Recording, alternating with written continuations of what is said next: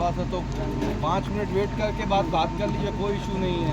ऐसे कौन बारे में जाओ कोर्ट में तो अलाउ कर देते, कोर्ट में भी अलाउ कर। तो बढ़िया, इधर सुनिए, कहाँ उधर बात कर रहे हैं, थोड़ा इधर भी ध्यान दिया कीजिए। मॉर्निंग का बात तो सारा 12 आवर करते रहिएगा, कोई इशू नहीं है।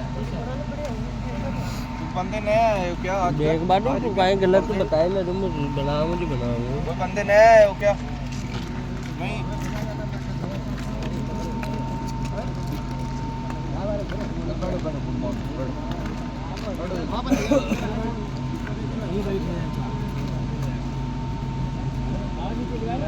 आज इंसिडेंट के बारे में बताऊंगा, near miss unsafe act unsafe condition के बारे में बताऊंगा। थोड़ा गौर से सुनना, क्या होता है unsafe act unsafe condition, near miss incident.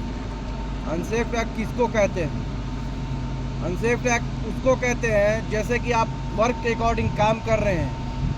अगर वर्क के अकॉर्डिंग, जैसे मैंने कल बताया था हाउसकीपिंग के बारे में, जैसे सपोज मान लीजिए कि जिस रास्ता से आप जा रहे हो उस रास्ता पर हाउसकीपिंग नहीं किया हुआ है, अनवांटेड मटेरियल बहुत सारा रखा हुआ है, तो आप उसे क्लियर करेंगे तभी जाएंगे।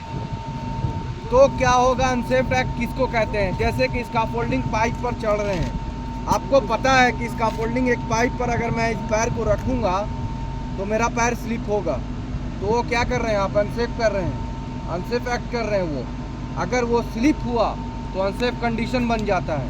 जब अनसेफ कंडीशन बनेगा, जब आप गिरेंगे तो आप इंसिडेंट हो जाएगा। इंसिडेंट कहने का मतलब पैर अगर कुछ चीज़ें इंजोर्ड हुआ, कोई ला गया, कुछ भी हुआ, कट गया, तो इंसिडेंट में आ जाता है।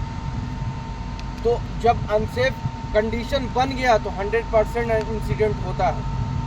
अनसेफ एक्ट खुद से आप कर रहे हैं तो कंडीशन बनेगा, जब कंडीशन 100% बनेगा तो इंसिडेंट होगा, इंसिडेंट 100% में होगा।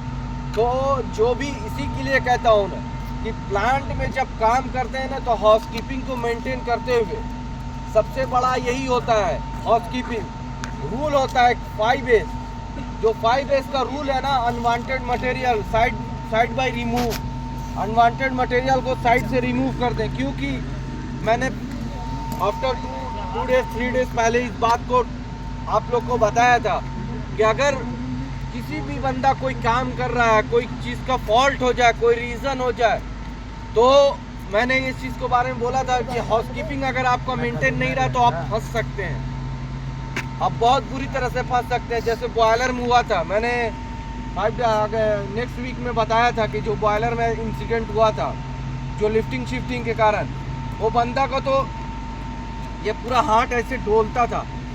अगर वो बच तो गया लेकिन उससे पहले भी बच सकता था। रीज़न ये हुआ कि हाउसकीपिंग नहीं था।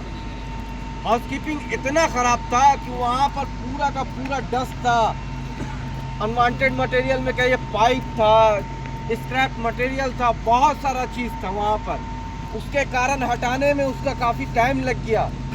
इसी के लिए कहते हैं कि काम जहाँ पर भी कर रहे हैं तो पहले सबसे पहले हाउसकीपिंग मेंटेन रखते हुए, तो जब अगर हाउसकीपिंग आपका रहेगा तो रेस्क्यू टीम हो गया या फायर वॉचर टीम हो गया, सबसे पहले आपको बचाने की कोशिश करेगा। अगर हाउसकीपिंग नहीं रहा तो प्रॉब्लम रेस्क्यू टीम को भी होगा, फायर वॉचर को भी, आपको भी दिक्कत होना, निकलने में तो प्रॉब्लम होगा ही होगा। जब आपस में एक जगह भीड़ लग जाती है ना, और दिक्कत होता है। जब कोई रेस्क्यू टीम आ रहा है या फायर वॉचर टीम आ रहा है तो उसको उस लोकेशन में परसेंट हो जाए और बाकी लोग साइड रिमूव से हो जाए, कोई अदरवाइज नहीं। जिसको जो रेस्क्यू कर रहा है, जो बंदा हैंग हो गया उसी को करेगा, बाकी अदरवाइज साइड। क्योंकि प्रॉब्लम होता है ना ज़्यादा भीड़ लगाने से वहाँ पर।